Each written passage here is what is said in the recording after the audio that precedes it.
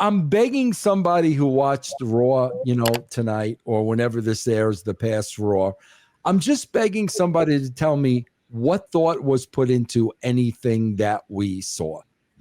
What really thought? You really had to sit down and think about it.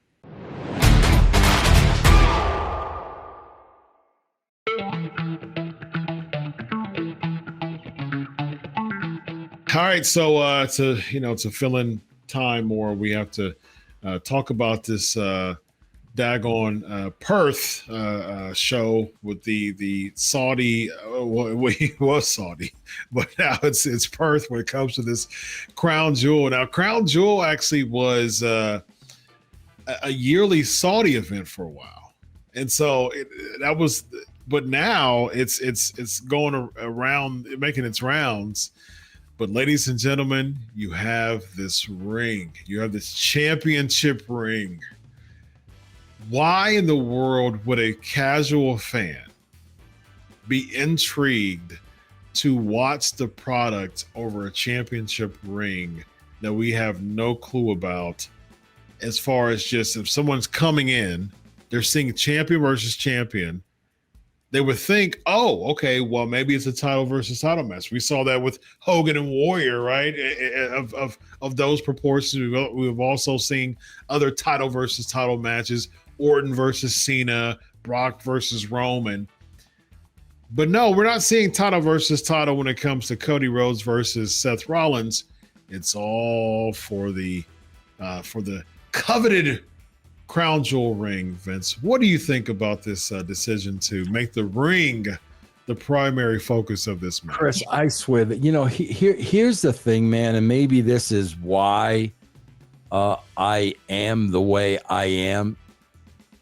You really have no idea of how bad this is until you watch good TV. When you watch good TV that's blowing you away on every aspect, bro, the acting, the dialogue, the action, the drama, the plots, the swerves. When you really watch a good television show and you understand what television can be, and then you watch this, it literally is. It's the worst stuff on TV that I watch. Really? I mean, absolutely, without a shot. Man, there's this new program on HBO Max. It was just the third episode in yesterday. It's called Task. It's about a task force. But 3 episodes in, man, I'm just watching this and I'm like, this is brilliant. And every episode, more pieces get tied together. And like when you really watch something that's good, you just see how mindless. Like there's no thought. I'm begging somebody who watched Raw, tonight or whenever this airs, the past Raw. I'm just begging somebody to tell me what thought was put into anything that we saw. What really thought? You really had to sit down and think about it. Yeah. But I think we've both came to the conclusion that they don't really care about that. I often wonder, Chris, is it that, or do they really believe it's good? Could be a combination of both. I really think, because again, Vince, I think that their litmus test is the fan reactions. And so if the fan pops and say this is awesome, and they're sitting back there in gorilla and hearing the fans and hearing all that, but the fans are so gullible that that's not a good litmus test on the quality of the product. The focus group shouldn't be the people who are already like and infatuated with the product. The purpose, when you bring in focus groups, I've been in plenty of focus groups. When you bring in focus groups, they do a cast, they do a call, and they say, hey, do you have this type of car? Do you have this type of brand of, soap? Do you have this type of, shoes? Like they'll ask you, and they bring you in with a group of people, and they pay you pretty good for to sit there for a few hours and just give thoughts on the product. And they're either doing a new launch. They will ask you as far as like pros and cons of the current product. And the focus group, it wouldn't be an effective focus group if you brought in a bunch of yes men. Yeah. That would not be an effective focus group. That wouldn't be a really good sign. There wouldn't really be a good marker, so to speak, of the product, of how they can tweak or enhance the product. But if you keep bringing people from this focus group, if your focus group is the fans that are in the audience, it will not tell you what you need to tweak, because every single week we see the same reactions all the time. We see the sing-alongs, we see the dog barking, we see the this is awesome, we see the holy bleep, we see the same formulaic. I mean, like at this point, you can literally push a button and you'll say, okay, a program, boom, there's a chant, there's a sing-along, there's the chant, there's a sing-along. And every single week, like clockwork, we see it. You know what I mean? Yeah. And so how is that a focus group of a product? It's not, unfortunately. Did you watch WrestlePalooza? I did not. No, I saw just socials. They'll do the clips, and then I'm just wondering. Yeah, I'm just wondering how into it the fans seemed. Those fans tonight did not seem excited at all about that show. Well, I mean, it's well. Here's the thing, man. When you set up an expectation, Vince, that does not fall into expectation or does not meet the expectation, a lot of times, even from a specifically from a psychological standpoint, typically when it comes to like anger or feeling upset, it's oftentimes a result of unmet expectations.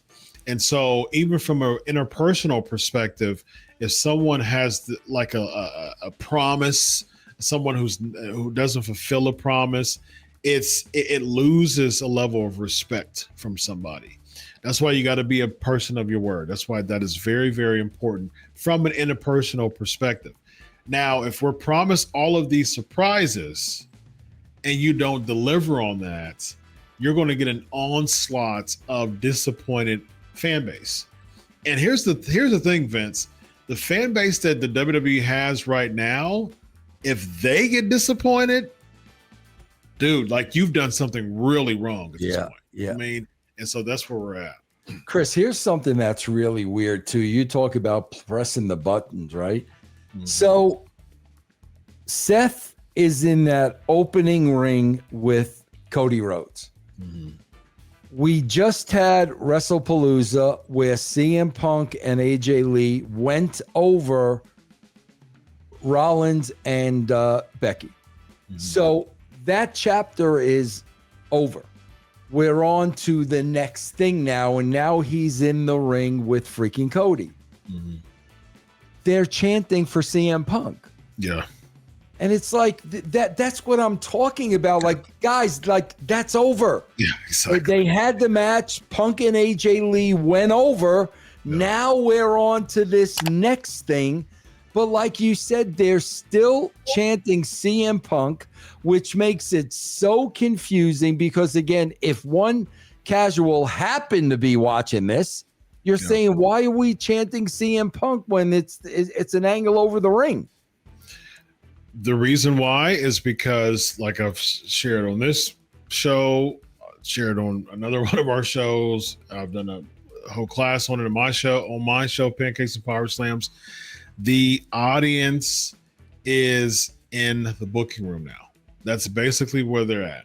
And so if they still want to see a banger of a match between CM Punk and Seth Rollins, if they want to see CM Punk with this payoff of winning the world championship at the end of all this, they're going to hijack the show in order to say essentially what they're saying, Vince, is, hey, what about our idea?